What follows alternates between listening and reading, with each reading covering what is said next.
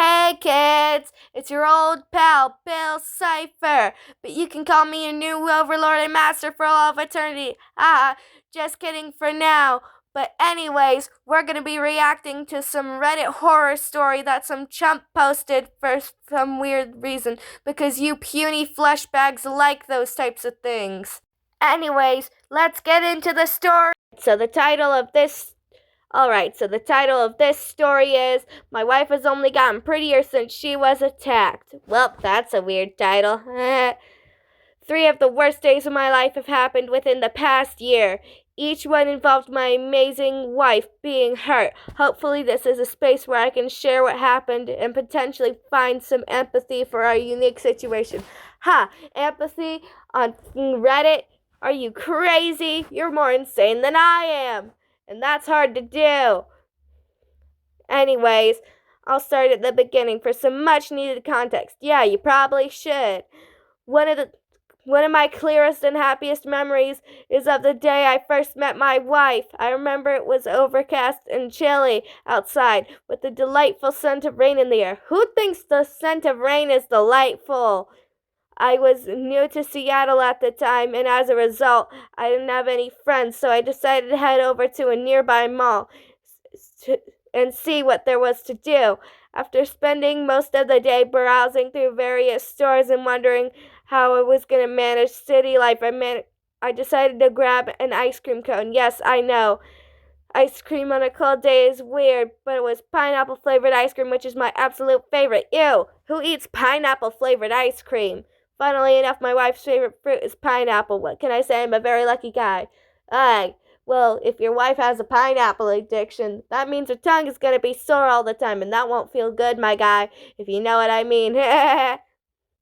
Anyways, there I was, eating my ice cream, watching people walk by. Then I noticed her inside of a store across from me. I'm sure everyone had that moment when they see someone so beautiful, they get all flustered and shy and start to get angry at themselves for not wearing their best outfit on that particular day. I was wearing this stupid t-shirt that had a cat doing kung fu on it and my favorite pair of khakis. Yeah, that's what I was wearing when I met my wife. I still shudder to think about it. Well, no wonder you shudder when you think about it. That is a pretty stupid shirt. And those shoes, you're starting to seem like more of a nerd than Brainiac over here. And that's a hard thing to do. She, on the other hand, God, it still makes me get all hot beneath the collar to remember what she was wearing. She wore the hell out of those tiny denim shorts. I couldn't rip my eyes away from those long white legs. Wait, hold up. Why are her legs white? Is she not human? Even if I couldn't rip my eyes away from those long white legs, even if I tried. And that rolled up flannel, please. It was a wrap. No wonder so many men surrounded her. But what pissed me off is how many of them were clearly with their females. Excuse me, roll that back, with their females? Who calls someone else's girlfriend a fucking female? Who says people with their females? That's just weird, buddy. I got jealous pretty quick. And when I saw one of those pigs reach over and try to smack her on the ass, it took everything I had not to kill him. Well, you should have, buddy. That's disrespect. But I held back because I feel like she wouldn't be the kind of woman that would tolerate a guy with aggressive tendencies. Yeah, you're right. She probably wouldn't. Women don't tend to like that. Except for when it comes to me, and literally every other fictional man. So, I waited like a gentleman, and when I saw her notice me, and she gave me that crooked smile, I knew it was permission for me to go and introduce myself. We instantly hit off. I cracked a few jokes, which she smiled at a way in a woman tended not to give me the confidence to open up a bit and talk about politics. Excuse me, my guy, if you're first meeting this woman, who talks about politics? That's just weird. So I waited like a gentleman, and when I saw her notice me, oh wait, shit, I already read that part. Anyways, ignore that. I think what sealed the things, wait, hold up. I think what sealed things between us, I think that's what sealed things between us. It turned out She shared the same beliefs, up to the point that I didn't really believe in such thing as a soulmate. But after talking to her so easily as I talked to myself, I became a true believer. When things flow, they flow, and you don't question it, you know? Why did that rhyme? Ugh, this guy seems so cringy already. Go back to 2011. Nerd. Things progressed really fast after that. I took her home the same night we made love. Whoa, TMI, my guy. I don't want to get canceled. We were so taken in with one another that that we spent the entire next day together and just sat and the next day until I suggested she just stay.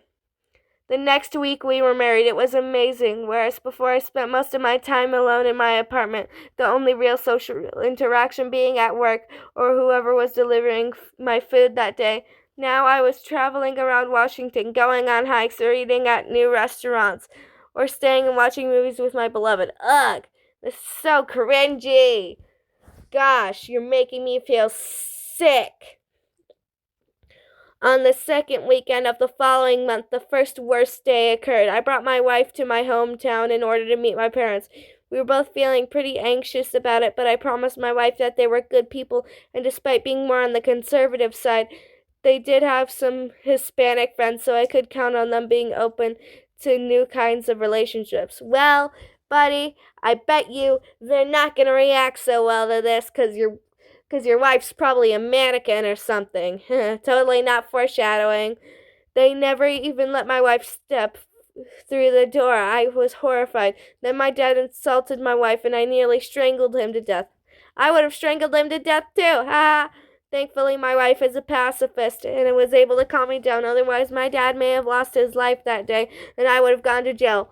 I wish that happened, buddy. Then you wouldn't be able to post this. Since then, I have not spoken to either of them, and that hurts. Well, it shouldn't hurt, buddy. And hey, I don't care for your pain.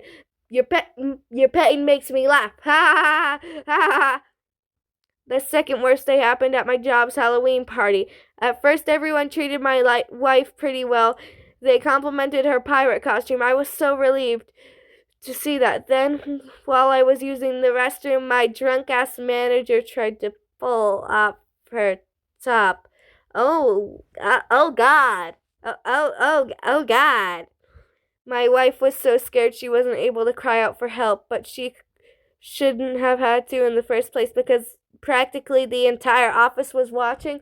What the fuck? Someone should have done something. What the hell? When I walked back in, I saw them laughing while my manager dishonored her. What the hell is wrong with your manager? I wasted no time in tackling him to the floor and elbowing him in the face. That got me fired, but it was worth it. I love my wife and I would fight a fucking bear for her. Now this is the one good part about you. I can respect that, my guy. The final worst day happened last month.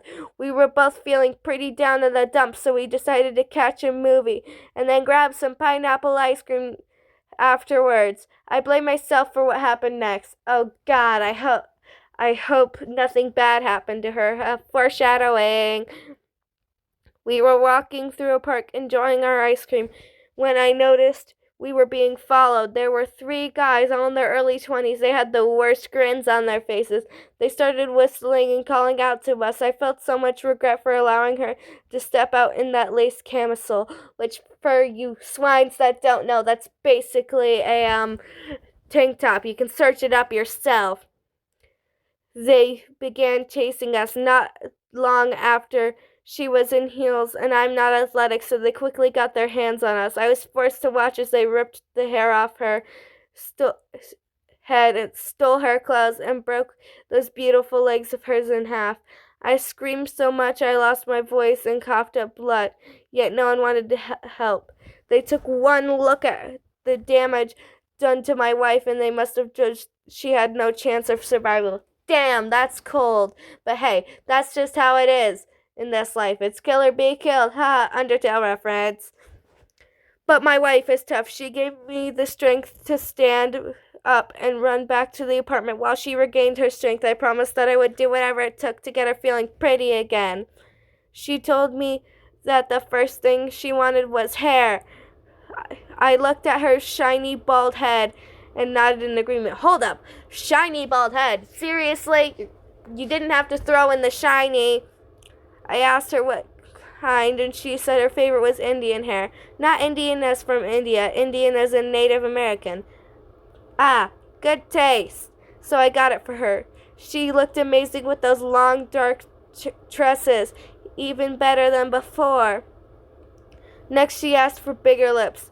That was harder to get, but after using the last of my money, I was able to have a custom pair made for her. I thought it might be TMI, but I found some pretty good uses for those things. And that is TMI. I'm not trying to get demonetized here. She continued to request more and more modifications to her body, and at that point, due to my lack of funds, I had to resort to stealing. But little by little, I was building the perfect woman. Every day she got prettier. Finally, she said she wanted her legs back. At that point, I started crying. There was no way. I didn't know who those men were, where they had taken her legs. She understood, and she said that was a different way she could walk again. I followed her directions and bought the goat legs on the following full moon. This is getting a little weird, but I think we're getting to the end of the story. Then came the last night. We were both laying in bed, staring at one another like usual. Then the most amazing thing happened. She blinked. Huh? How is that amazing? Oh, I guess she was a mannequin after all. Ha! Knew it. Told you guys. Secret, I said. I sat up and rested my hand on her cold plastic cheek. She turned and sat up from the bed using her new pair of legs. Her movements were precise and calculated as she tested things out. I was shocked at how heavy her footsteps were. It sounded like one of those Clydesdales was walking in our bedroom. She stepped right next to me and held out her hand. I need skin. Alright, let's look at the comments. There's only 3. Definitely, I'm gonna have to blur that out, doll turned demon. Well played. She sounds like she's only getting more perfect by the day. She's a store mannequin, isn't she? I bet she's an amazing demon wife now. And then the last one. Shit! Did you find her any skin? Well, hey, seems like you made it to the end of the video and the story. Good job on listening to the whole thing. I hope you enjoyed this because this took me hours to edit. Gosh, it's literally 5 in the morning right now as I'm finishing this. I hope you enjoyed it. Please like and subscribe if you did. Remember, reality is an illusion, the universe is a hologram. Bye, gold. Bye.